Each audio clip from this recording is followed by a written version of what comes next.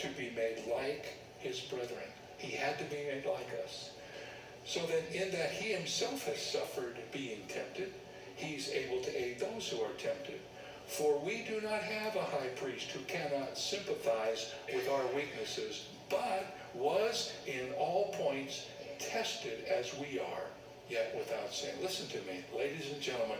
If the sinless Son of the living God had to experience suffering so that he could identify with our suffering, then we should not be surprised that we have to do the very same thing.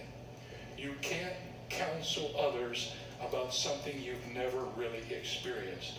Don't go and say to somebody, I know what you've been through, if you've never been through it.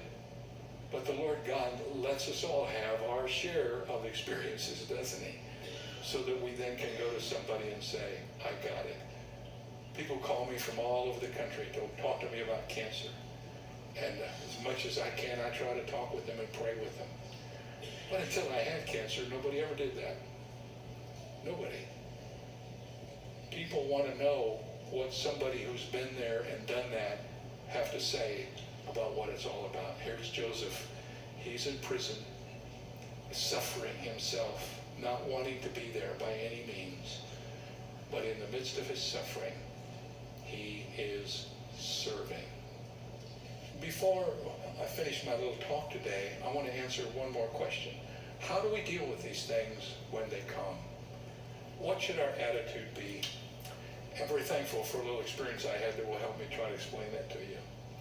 Some of you know that I am a beach bike bum. Take that any way you want.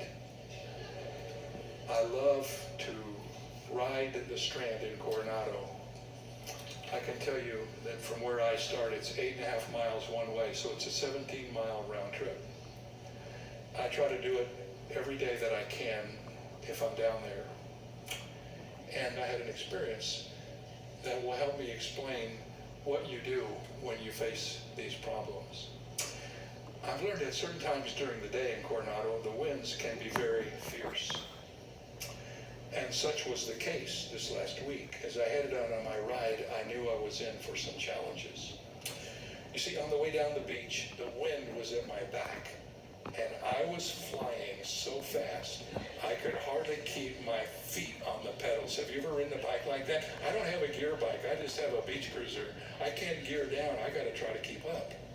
In fact, on one occasion, I stood up on my bike to rest my backside, which is one of the downsides of riding a bike. But anyway, I stood up to just get a little rest, and all of a sudden I realized, hey, I'm not pedaling, and I'm still moving.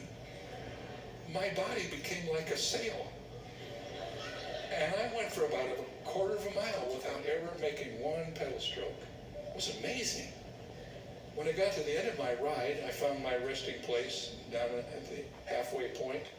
I went in and drank my tea and began mentally preparing myself for what I knew would be a challenging ride home. I was not to be disappointed.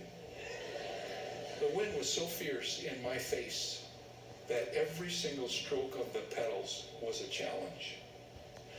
I had to promise myself that I would not look ahead, or I would have become so discouraged I would never continue. On one occasion, I decided to stand up again, and in that one moment, my bike almost came to a dead stop. I realized that I had only one way that I was going to make it all the way home without having to make several stops, and here's what I discovered. When the wind is in your face, keep your head down and pedal with all your strength. Don't think about how far you have to go. Don't think about quitting or resting.